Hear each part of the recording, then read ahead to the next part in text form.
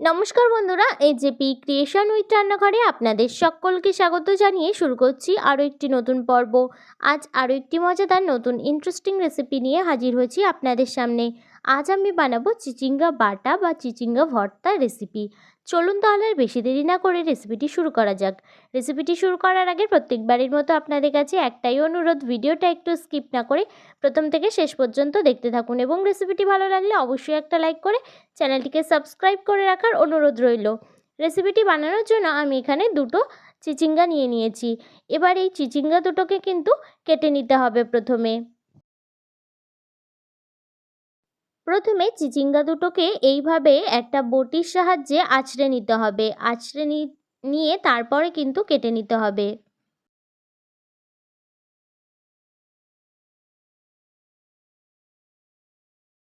আঁচড়ে নেওয়া হয়ে গেলে তারপর চিচিঙ্গার দুমুখ কিন্তু কেটে ফেলে দিলাম। তারপর এর মধ্যে যে বীজটা আছে সেটাও কিন্তু বার করে নেব। এইভাবে করে বার করে নিয়ে তারপর কিন্তু চিচিঙ্গাগুলোকে ভালো করে ছোট ছোট টুকরো করে কিন্তু কেটে নেব।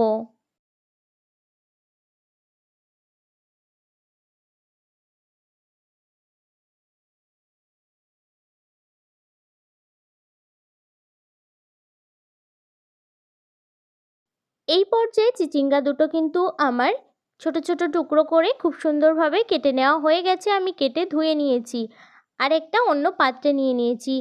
এই পাত্রের মধ্যে চিচিঙ্গার মধ্যে দিয়ে দেব একটু নুন। নুনটা দেওয়ার পর তারপর কিন্তু ভালো করে মিশিয়ে নিতে হবে, কারণ এই নুনটা দিলে যে চিচিঙ্গার এক্সট্রা জলটা থাকে সেটা কিন্তু বার হয়ে যাবে।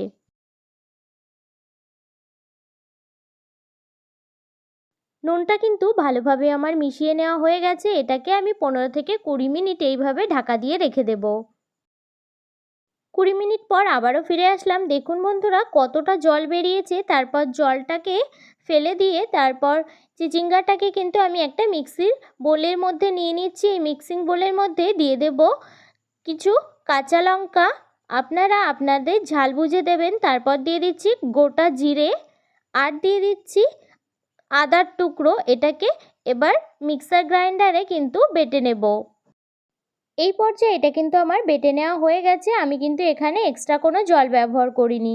তারপর আমি কিন্তু রান্নাটা করার জন্য কড়াইতে তেল গরম হতে বসিয়ে দিয়েছি।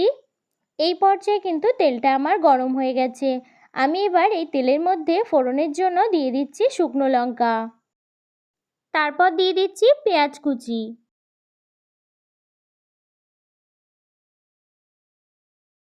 এই পর্যায়ে পেঁয়াজ কুচিটা কিন্তু আমার ফ্রাই করে নেওয়া হয়ে গেছে। তারপর এবার চিচিঙ্গা বাটাটা দিয়ে দেব। তারপর ভালোভাবে কিন্তু মিশিয়ে নেব। মিশিয়ে নেওয়া হয়ে গেলে তারপর এখানে দিয়ে দিচ্ছি পরিমাণ মতো হলুদ গুঁড়ো,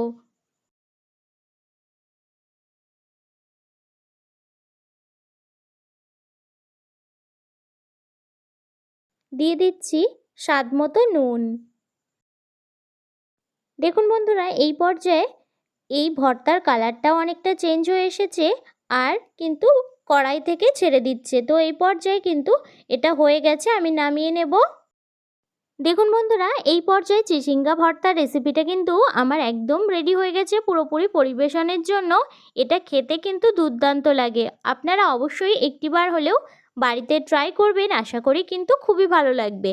আর আমার এই চিচিঙ্গা ভর্তার রেসিপিটি যদি আপনাদের ভালো লেগে থাকে তাহলে অবশ্যই একটা লাইক করে দেবেন এবং কমেন্টের মাধ্যমে জানাবেন আমার এই রেসিপিটি আপনাদের কাছে কেমন লেগেছে।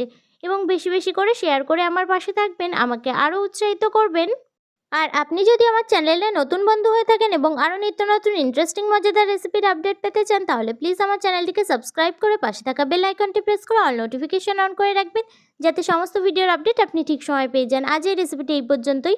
আরও একটি মজাদার নতুন কোনো ইন্টারেস্টিং রেসিপি নিয়ে আপনাদের সাথে দেখা হবে আরও একটি নতুন পর্বে। সবাই সুস্থ থাকবেন, ভালো থাকবেন এবং সাবধানে থাকবেন।